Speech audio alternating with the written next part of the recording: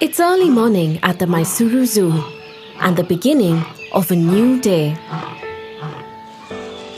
Our zoo is one of the oldest in India and was established in 1892 by the 23rd Maharaja of Mysore, Sri Chama Rajendra Wodeyar.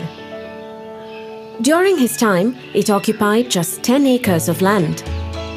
But over the years, it has expanded tenfold and is now home to over 150 species of animals from India and around the world, including wallabies and cassowaries from Australia, hyenas, rhinos, wild dogs and elephants from Asia, giraffes, zebras, cheetahs and hippos from Africa, and tapirs, jaguars and spectacular birds from South America. This film provides a glimpse of typical events during a day at our zoo. We'll introduce you to some unforgettable characters and even give you a sneak peek behind the scenes. Join us on this expedition and discover why we have been consistently rated as one of the best zoos in Asia.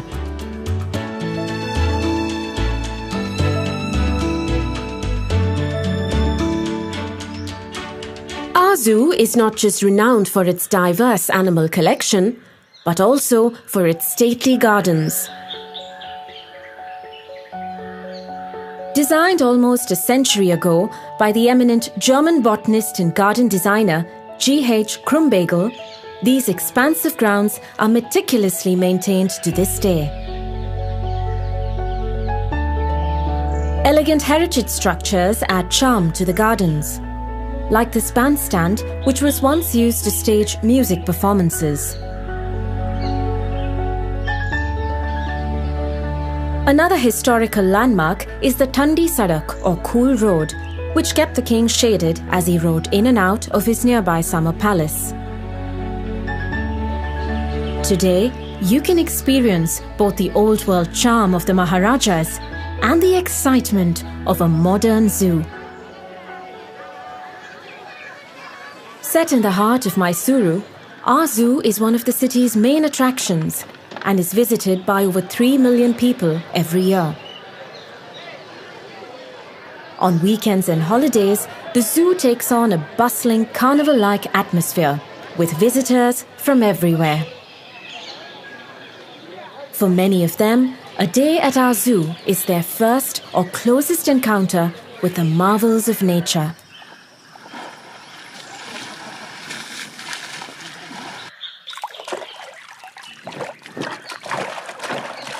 Among the most popular animals in our zoo are the big cats. The glass frontage of our cheetah and leopard enclosures provides an amazing viewing experience.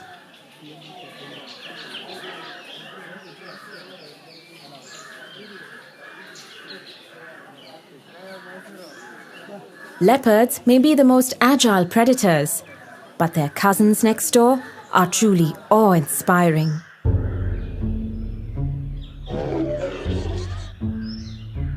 This handsome fellow is Prithvi.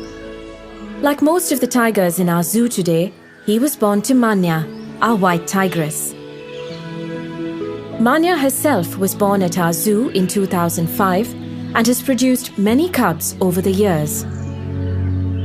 So far, all of them have been normal-colored tigers. One fact that you may not be aware of is that, unlike in the old days, zoos in India are no longer permitted to capture animals from the wild for exhibition. So to ensure that we always have a variety of animals, we depend on exchange programs with other zoos, as well as captive breeding. Animals born and raised in captivity are well adjusted to zoo life and thrive when provided proper care. This includes spacious enclosures enriched with features that simulate natural habitats.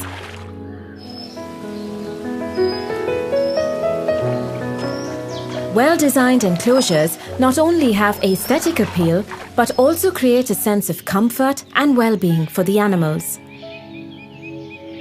This rock in his enclosure is a habitual vantage point for Darshan, our own Lion King.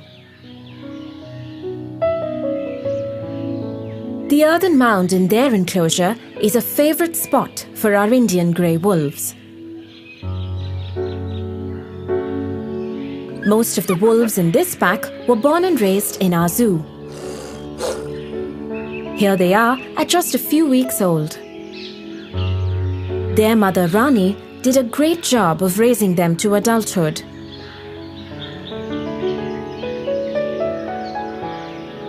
Across from the wolves are the dholes, which are also known as Asiatic wild dogs.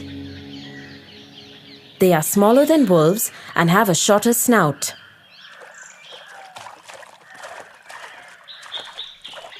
Like wolves, wild dogs also hunt in packs and can easily bring down prey much bigger than themselves, such as the sambar.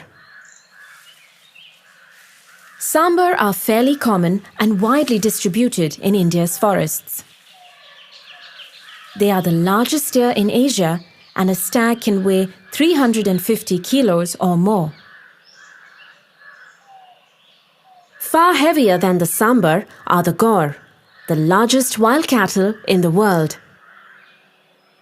A bull stands 6 feet at the shoulder and weighs close to a ton. At the other end of the spectrum, we have one of the smallest herbivores in the world, the Indian mouse deer.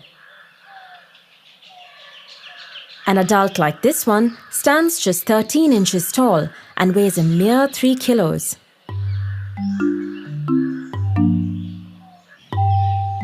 Towering over all our other animals are the tallest mammals in the world.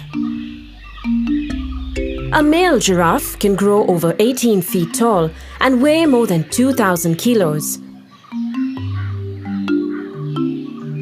Because of their long legs, eating anything on the ground isn't easy. So we hoist their food up on a pole.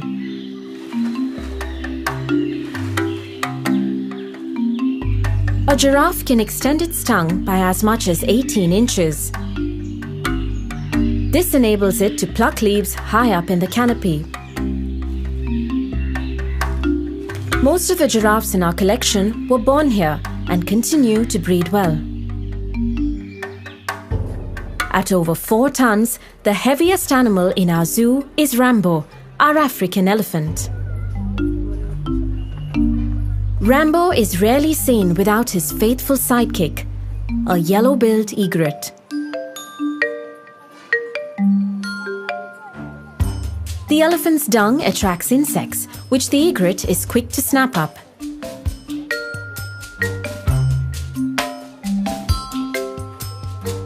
Rambo is now in his mid-20s, and we hope to find him a mate soon.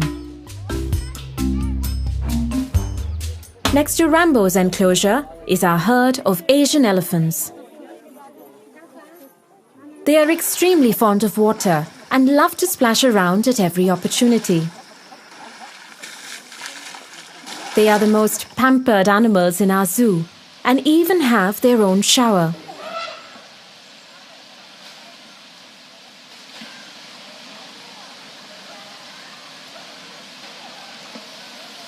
Elephants have enormous appetites and must be fed throughout the day. We give them a combination of cooked food, fruits, vegetables, and grass.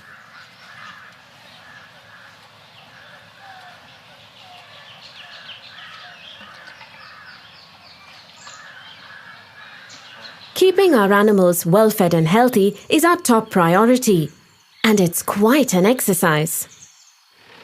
Every day, truckloads of food arrive at the zoo, bringing 300 kilos of meat, 400 kilos of fruits and vegetables, 750 kilos of grains, pulses and bran, and 6,000 kilos of grass and green fodder.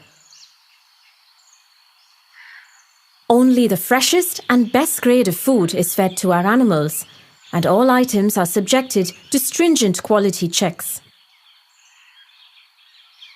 Our kitchen staff prepares the right type of food for each species.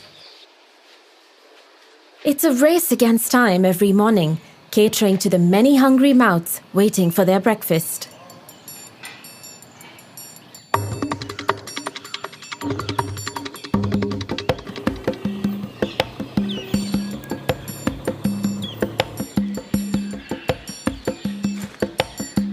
Irrespective of holidays, bad weather, earthquakes or riots, food has to be delivered several times a day to the enclosures.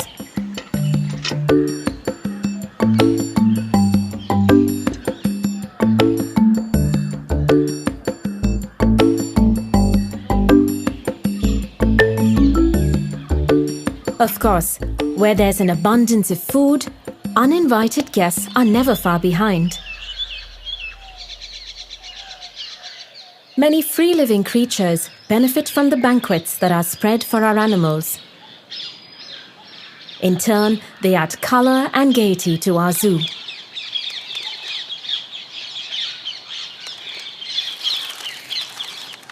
Some of our birds and animals need special food. These scarlet ibis get their bright coloring from the beta-carotene in the food they eat. So to keep them looking beautiful, we include shrimp and grated carrots in their diet. We also breed and raise mealworms because some animals need insects in their diet at least a couple of times a week, like this African bat-eared fox.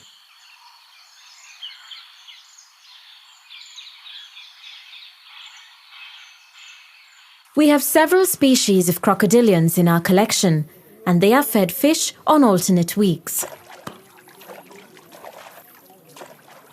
Our otters, on the other hand, need fresh fish every day. Here comes their keeper with lunch.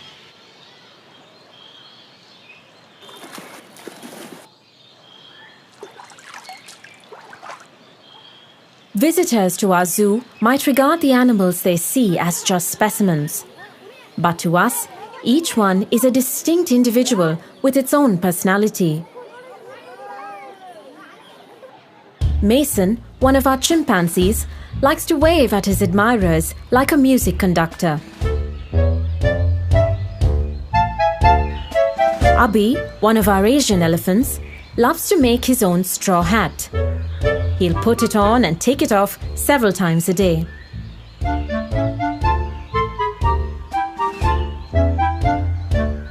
This ostrich pair might look like a happily married couple, but for some reason, the male seems to regard his keeper too as a potential mate.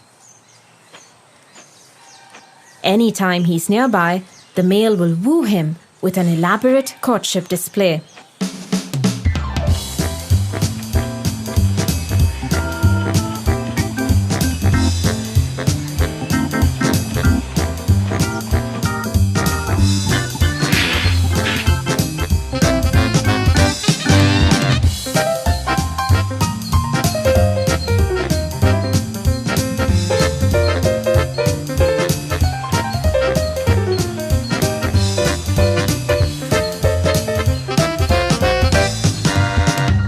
Our sloth bears, Ganesha and Durgi, also have distinct personalities.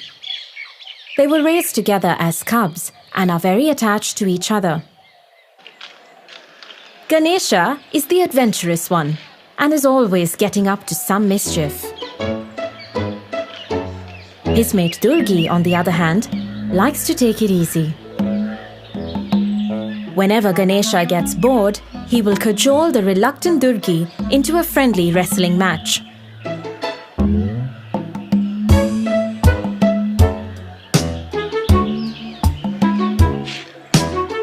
It's all in good fun and no one gets hurt.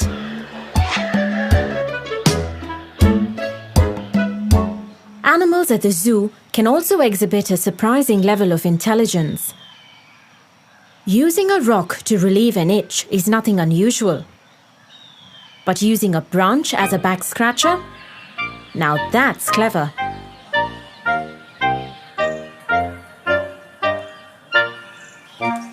When his keeper enters the enclosure every morning, Krishna, the hippo, will literally demand a mouthwash.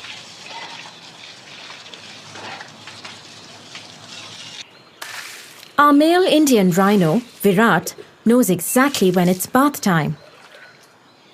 He will walk to the bathing area without any prompting and won't leave until he's received a thorough wash.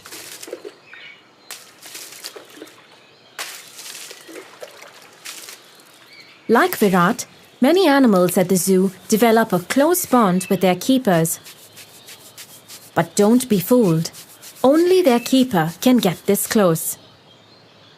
Zoo animals can be very dangerous, and the rest of us must always stay behind the railings. However, if you would like a closer bond with our animals, you can participate in our adoption program and sponsor the upkeep of any of our animals. As a sponsor, you will get special visit privileges, and your support will help take care of some of our feeding expenses.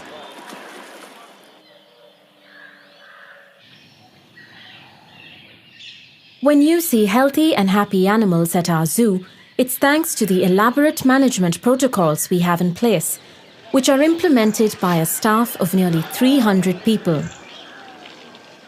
You may not notice them, but they are everywhere, quietly doing their jobs.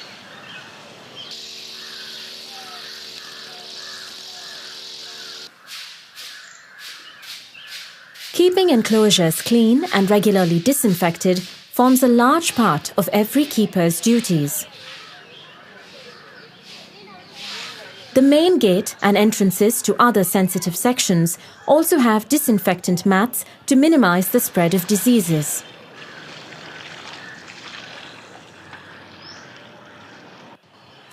Preventive medicine, too, is a crucial aspect of our animal healthcare routine.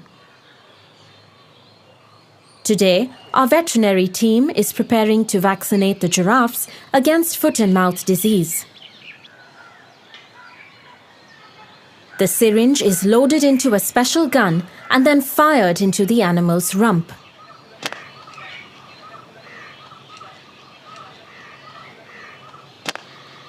The big males barely flinch when the dart hits home. But next door, the females and their young are already nervous. One by one, the doctors get them all. The vaccine gets injected within seconds after the dart pierces.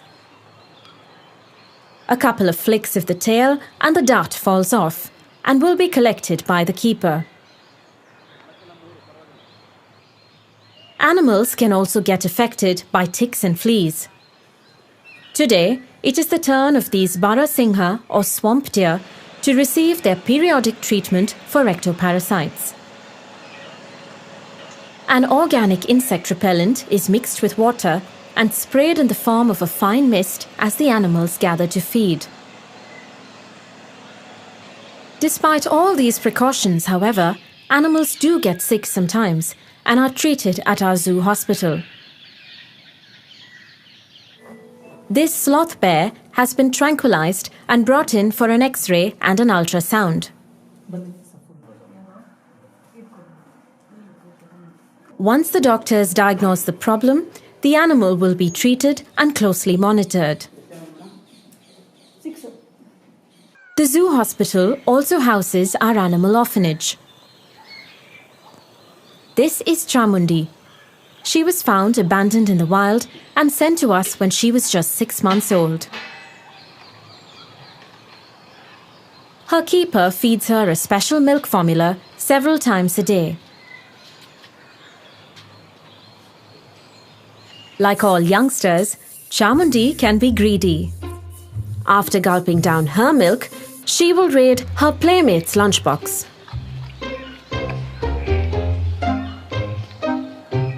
The Gaur calf must eat quickly before Chamundi finishes everything.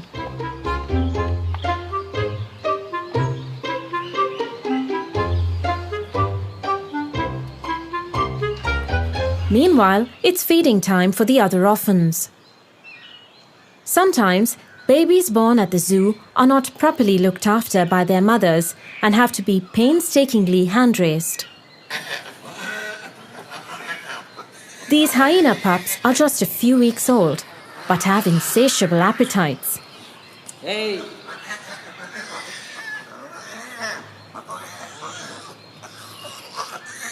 They are absolute rowdies and can be quite quarrelsome at feeding time.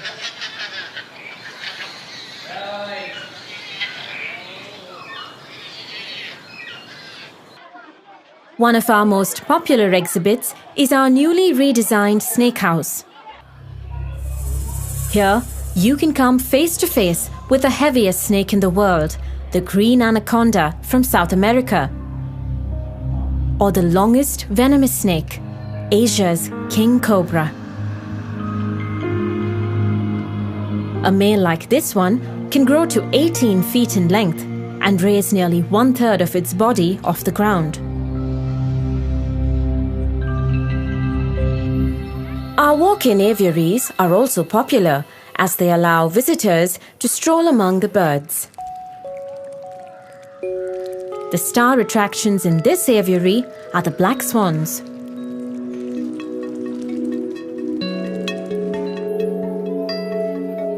Our zoo has been a great venue for inspiring a love for nature in young minds.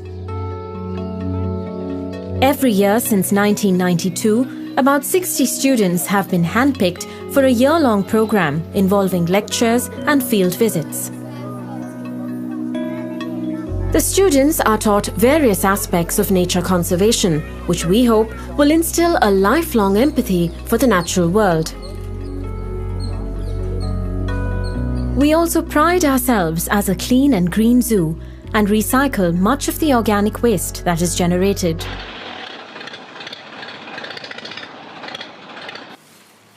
Mega herbivores like rhinos, hippos and elephants eat vast quantities of food. And of course, what goes in does come out. Our keepers have their work cut out, clearing these mini mountains of dung. We ensure that none of this waste goes to waste. From the pens, herbivore dung is sent to our vermicomposting yard, where it is slowly converted to a rich natural fertilizer that keeps our gardens lush and lovely. The best time to visit our zoo is in the morning or the evening, when animals are at their most active. From entry to exit, the pathway through the zoo is 3.2 kilometers, which you can cover in just a couple of hours. But we recommend that you take it slowly to get the most out of your trip. But do avoid the middle of the day if you can, as it's a time when most animals rest.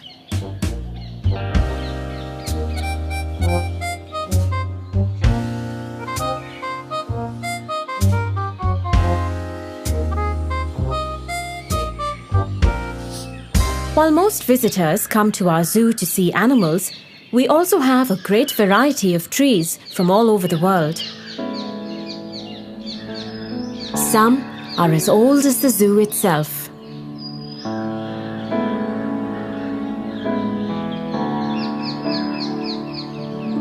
For over a century, these grounds with their magnificent trees and animals have been an important part of Mysore's rich heritage.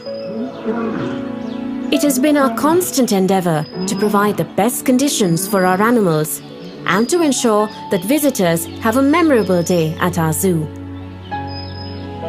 We are immensely proud that what started as a Maharaja's private menagerie has evolved into a vibrant and dynamic public institution. With your continued support, we hope to make Mysore Zoo even better in the years to come.